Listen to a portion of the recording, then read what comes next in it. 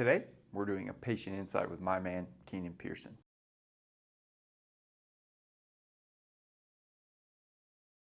I first met Keenan back in 2017 when I worked for another company, and Keenan was being fitted by that company. And back then he had 2 young kids, and it was really an interesting contrast for me personally to see someone that was in a very similar situation. Even, Keenan got hit by a car in the same canyon that I did. We were just going opposite directions. Actually, we weren't going opposite directions. We were going the same direction. I was just down the canyon a little bit farther when my accident happened. And so it was definitely just kind of eye-opening to see, Keenan that is around my age, around the same type of accident. We were at different stages in our lives. Like I said, he had 2 kids that were running around our office all the time, and they were fun for me to play with. And he would always leave, and I'd think man, that's got to be so much work. He was walking with a cane at the time and doing those types of things. And I've always just had a lot of respect for Keenan and admiration for what he's gone through and how he's been able to handle it and keep his positive attitude. I want to make a note before we get into my discussion with Keenan that we talk about medications in this. We talk about gabapentin specifically, but we are not medical professionals. We are not giving medical advice. We are not giving medication advice. This is just strictly our experiences with certain medications. If you have questions about these medications, or you want to stop these medications or start these medications, make sure to consult with your doctor. Again, we are not medical professionals. Outside of that, this is Keenan Pearson.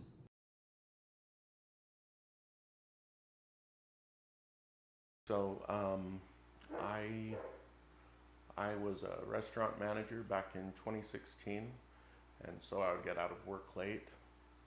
So one time I got out of work at about 11 o'clock. I was driving through Parley's at midnight, and the car in front of me had a blowout, and it hit the barrier. They were just sideways in the middle of the road. I ended up clipping the side of their car. Luckily, we were both okay, but it was late at night, so we tried to signal to oncoming drivers. Somebody else lost control, and I ended up pushing the other driver out of the way and got hit by their car. So, yeah, I had my 2 oldest kids. So the oldest one was 2, and then my youngest one was 1 at the time, and she actually she was almost 1. She turned 1 when I was in the hospital. Things were happening, and it was busy. They recognized who I was. But it was so scary for them. It really took me probably a week of them visiting me every day before they even felt comfortable being around me, just because of all the hospital equipment and everything I had going on at the time. Yeah. So I was in the hospital for about a month and a half, 2 months. 2 months, and then it was just continuous surgeries after that, right? Because of everything else on your other side. Yeah, for about a full year afterwards. Yeah. And I had an X-fix on my leg, so I actually couldn't even. By the time I got that off, about 4 months afterwards, an X-fix is just it's like a metal rod, and they put screws in your bone to hold it. Because I had compartment syndrome. So they had to cut open the sides of my legs so they couldn't put a cast on it. Yeah. So by the time I got that off, I could bend my knee. I think it was less than 15 degrees. Yeah. So I had to go through, just a ton of physical therapy.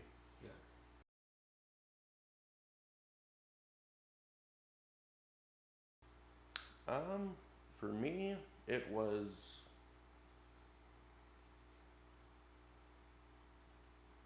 The pain was a big one, just constant pain. And then I actually didn't even get to test out a prosthetic leg or anything for about a year and a half, because I had so many issues with my other leg. So just getting around in a wheelchair, it really, being in a wheelchair for that long really makes you look at the world differently. For sure. Yeah. How much physical therapy did you do on both, on your sound limb, and then once you got healthy enough to start walking, then how much physical therapy did you do?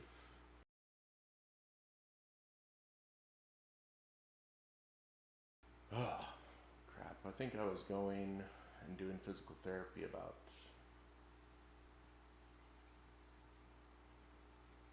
I want to say, the point where I was doing the most physical therapy, it was about 20 hours a week. Um, Luckily for me, once I got a prosthetic leg, I was able to get around fairly well with the walker, so I didn't need to do near as much physical therapy after I was able to walk with a prosthetic. They had just rebuilt, can't remember what it's called, but the outside tendon on my good LCL leg. out there? Yeah. Yeah. Yeah, I had that too, man.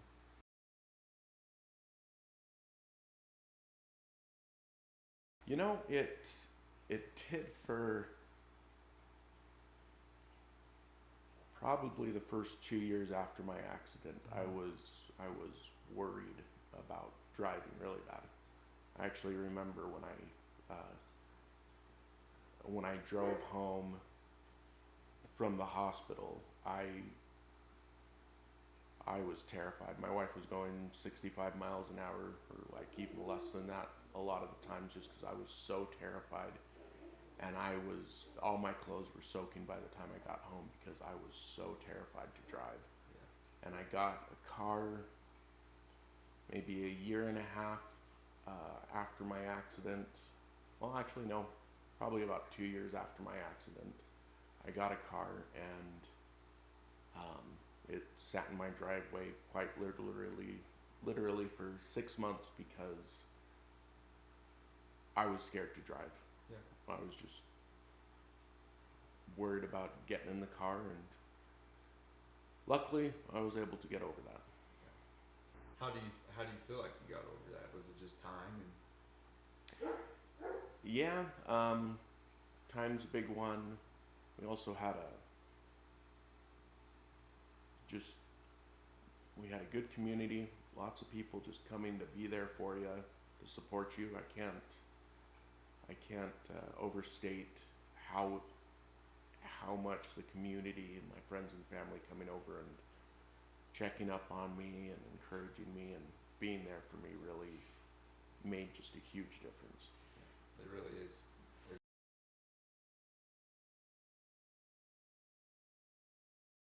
Yeah, so my first goal was being able to walk again. And even when I first saw a prosthetician, who was Brian, you know, he didn't think I was going to be able to walk again. I had so many issues with my other leg, and I had doctors that had told me I wasn't going to be able to walk again. So that was a huge one for me. And then, you know, I seriously considered whether I was ever going to be able to be a self-sufficient adult, like without someone to help me and things like that. And it's really helped a lot. I'd say right now, probably my biggest goal right now is to eventually get off pain medication. Yeah. Because once you've taken it for, man, it's been like 9 years or something. Once you've been taking it that long, it'll your body gets used to it. Yeah. It's really hard to cut back.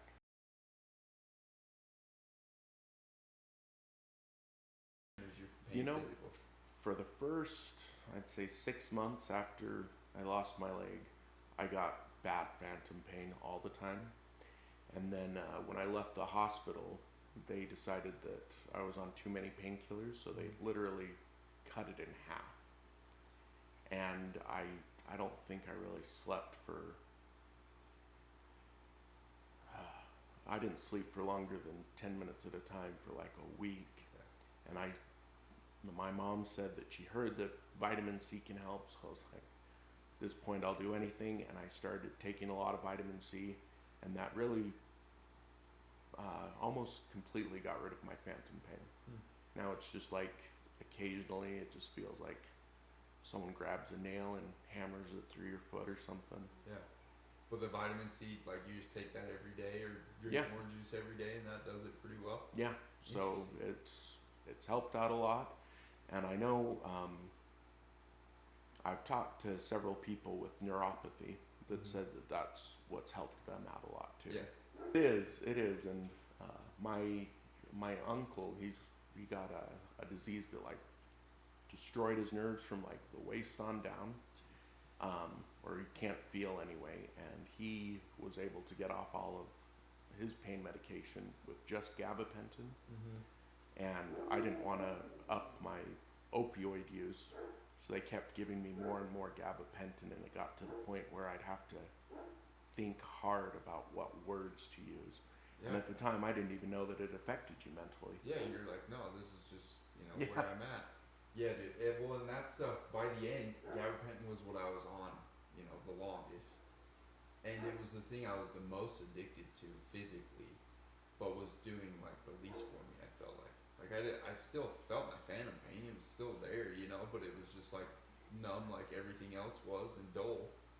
And it was like, if I didn't have gabapentin, there was no way I was going to sleep. Like, Yeah. It didn't matter where I was, what I was doing. Like, if I didn't take at least a half, like 50 milligrams of gabapentin, I wasn't going to go to sleep. It wasn't going to do anything for me. I've been on a lot of opioids and other things that can be considered addictive and stuff, and I do occasionally take gabapentin now, but there was one point where I could tell that I needed gabapentin, and I got so worried about it I just flushed all of my 6-month supply of gabapentin down the toilet. I'm all like, this is scaring me. Yeah. Like I was taking less than I was prescribed, but I was like looking forward when to take it. Like it wasn't helping me.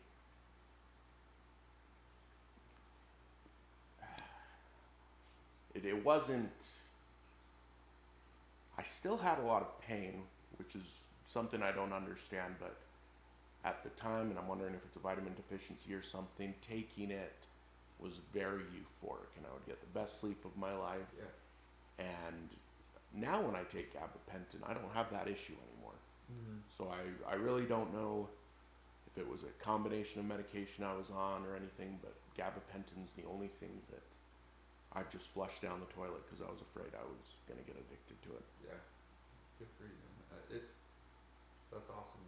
Awesome to just hear your experience with, because I talk to everyone has like some story about gabapentin, and it's like, it's just a crazy thing because we are giving it like candy, and I understand, I'm not like even knocking, being prescribed it, we have to have it, but it's like such a fine line to walk in. Like I was not educated on that, of like, No. this could be a big rabbit hole you go down, it's like, no, take gabapentin will help with this over time. That was it.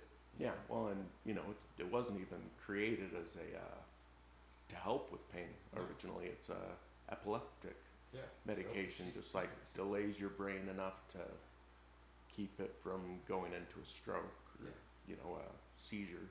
Yeah. And they found out it helps with pain, and my uncle, he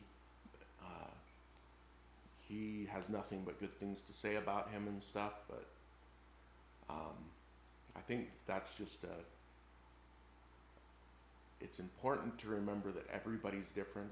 Something that works for one person does not necessarily help for somebody else.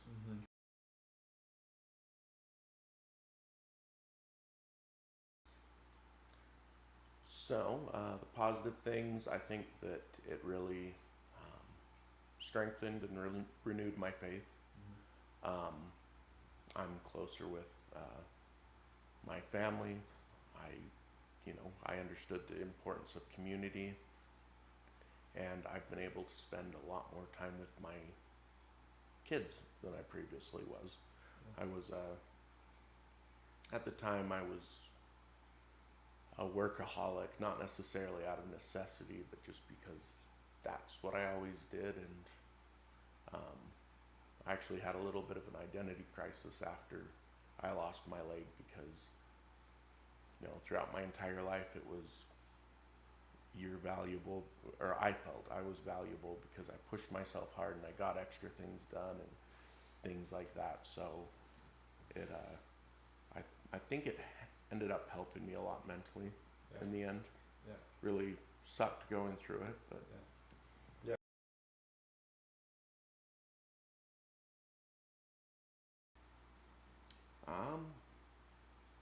Well, I know that this might sound a little bit lame and cliche and stuff, but I would focus on the positives, what you've got. Like, drug addiction's never a good thing. But you look at people that have gone through severe drug addiction, and a lot of times they prevent other people from getting addicted on drugs, or they help people get off of drugs. I think no matter what has happened to you, if you can, you have to be a realist, but focus on the positive. Focus on how it's helped you, what's important. I think if you do that, it'll help you not be a bitter person too. It seems like a lot of people, when they end up going through something really rough, there's two ways it can go. They can either become an incredibly bitter person that happened to them, or they can say, I'm going to try to make the best of this situation. This is what I've learned. This is what helped me. This is something that can help other people. It seems like going through something rough tends to push most people one way or the other. That's Keenan Pearson. As you can see, Keenan has dealt with a lot of different things. He had a lot of other injuries and things that, hampered his process in moving forward. And he still found a way to do it. He even mentioned in the video that, like, when Brian first met him, none of us were sure if, like, he was going to be able to walk again. He had to spend up to 20 hours a week in PT and really work hard to figure out how to use his prosthetic, but then also how to use his limb that was still there. And I definitely, like I said in the video, I tore my LCL, my ACL, broke my tibia in the left leg, everything else. Like, me and Keenan's stories are so similar that it's crazy. I haven't seen him in person for a while, and just hearing his story through his words again is like, dang, that is, like I was saying at the beginning, we're in the same canyon. We're probably like 4 miles away from where our accidents happened. I was out of my car helping somebody else that wrecked. A truck hit me. All these different things that then all of these other injuries affected my healing and how long my process was. And it wasn't as long as Keenan's, and I was fortunate for that. But man, 20 hours a week in PT, that is a lot. And he worked hard there. He also touched briefly on his worldview living in a wheelchair for, an extended amount of time. And I think anybody that's spent an extended amount of time in a wheelchair does understand exactly what he's talking about, and how, everything is viewed differently at that level. And it really is frustrating. I mean, lucky for me and for Keenan, like, we eventually could stand up and get out of a wheelchair. But it makes you really think about those that aren't fortunate enough to get out of a wheelchair and how we interact with them as able-bodied, standing up people. It really is, if you've spent any time in a wheelchair, like, you are ignored in a lot of ways by the general public. People avoid looking at you, they avoid talking to you, they don't pay attention to you, they'll walk into you, they'll cut you off, all these different things. And then you spend a little bit of time in a wheelchair and you think, holy cow, this is crazy. And I think everybody really should spend like a 6-month stay in a wheelchair and like strap your legs to that thing. And then once that 6 months is over, come out of it and see how you react to those people when you see them in public. How maybe instead of cutting them off and rushing to the door, you'll give them space and hold the door and things like that. Now I'm getting on a tangent, but I thought that was interesting how Keenan brought that up. And another thing that he brought up was driving. And, I asked him how driving through the canyon was, because for me, it hasn't ever really affected me that much. And he said that it had, but in his experience, he was talking about coming home from the hospital, and man, I remember my night coming home from the hospital, my morning, and it was snowing here again a little bit. And my mom was driving me home, and my what did I have? I had a Corolla, and so she was driving me home, and I was low to the ground. It was scary, and like I remember holding the handle and like just shaking and closing my eyes and like, please, I just want to get home. Please let me get home, and it took me some time to get over that for sure, especially riding with other people driving. If I was driving, it wasn't that big a deal, but other people driving, definitely I was pretty nervous. And I understand where he's coming from with that, because it's you realize that we're all in a dangerous position when we're on the road, and we put a lot of trust in a stranger's hands. And so I'm glad that he's been able to get through that, and he obviously drives now and has driven up and down the canyon a ton. Another thing that's becoming common in these videos specifically is community, and how situations like this bring our community together. I mean, last month Alex talked about it in his, and how much that made him feel like, oh, I can do this and I can move forward and I can't let these people down. I experienced that. Keenan talks about it as well, and how much it impacted him. And I really think that community does, it is a tipping point. It does. If you don't have that community, everything is so much harder. And there are people out there, unfortunately, that don't have that type of community that comes together around them. But those that do, it really is such a support, and really helps make everything so much easier. Even in the frustrating times when you don't know how to communicate, you don't know how to ask for what you need, you don't know as a family member how to ask for what they need. All of those things are common, and it's difficult. That doesn't mean that it's easy to be around. But that community and that everyone coming together, it really does make a difference, and it helps so much. And of course, the gabapentin conversation, I left a little bit more of like our conversation back and forth in there, because I just felt like it was valuable, and it was nice to hear somebody else that had experienced those things. And I mentioned kind of that right around that 9 or 10 year mark is where I decided I didn't want to be on gabapentin anymore either. And again, I'm not a doctor, I'm not giving advice, I'm giving my experience.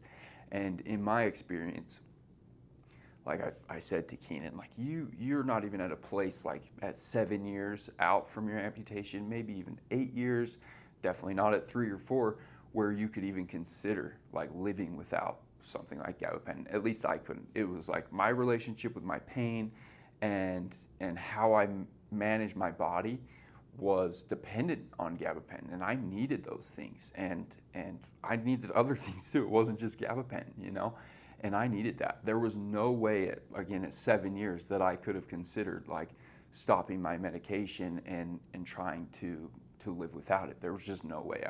I would never consider that. And around 10 years is when I was like, man, is this really doing much for me anymore? Or is it mostly just like I'm addicted to it, and I need it to sleep, and I need it to feel comfortable, but I don't think it's really doing much for my pain. And it was interesting to hear Keenan kind of say that that's his next goal, and he's right around that 9 year mark, because I think that is when you can you have an understanding of your body now, and an understanding of your pain and your relationship with your pain, that I feel like you can manage it in some ways, and you start to find other things, like he talked about vitamin C, and you find things that can be helpful to you. But it is like now when I talked in the video about like I now have spikes that are really bad. I've talked about it like with the psoriasis video and things like that. I have spikes that those get bad, but on a level all the time, it's not too crazy and it's manageable. And I feel so much better. I'm so much more functional. Back when I was taking all my medications all the time, I couldn't work a full-time job. Like I would work jobs, but I would work for 3 hours, and then I'd go home and take a rest, and then I'd go do something else for another 4 hours, and I'd break my day up that way. And so really it was when I got off of all those things and started figuring out how to take care of my body better from a physical standpoint, whether that was just maintaining things physically or maybe just staying on top of like, even things like vitamins or my hydration and things like that. all of that makes a difference for me. And as Keenan said, it made a difference for him in different ways too. So I thought that that was really interesting. So that's Keenan Pearson. He's an amazing guy, and I really am fortunate to know him and to be able to have conversations like this with him and be able to see his growth, because it really is impressive to see how far he's come in the time that I've known him. If you have any questions or would like to reach out to me for anything, here's my email. Other than that, we will see you next time. Thank you.